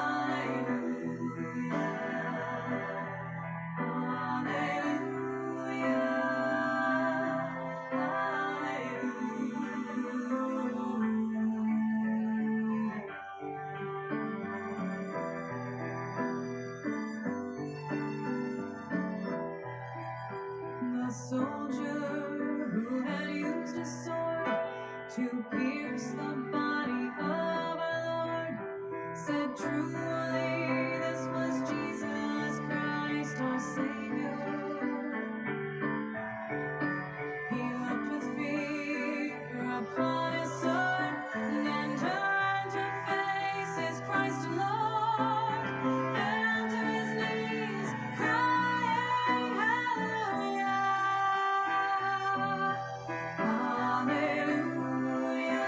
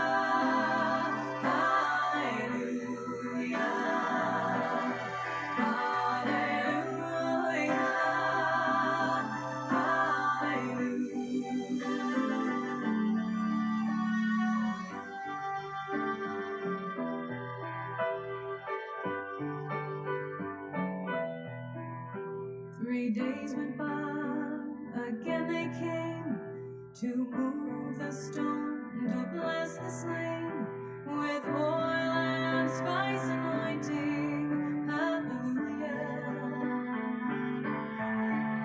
But as they went to move the stone, they saw that they were not alone. For Jesus Christ has risen. Hallelujah.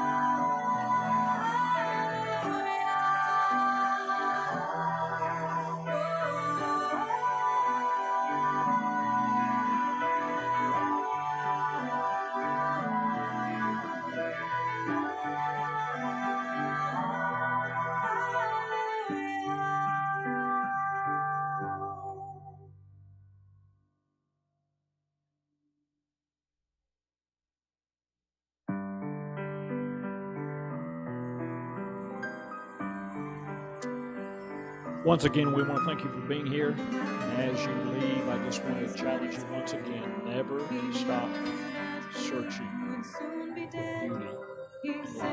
Did you forget me, Father, did you?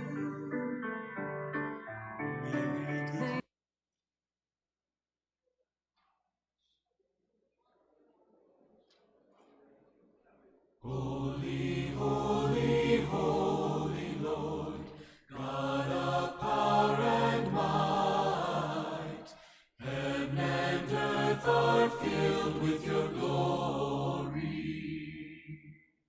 Oh,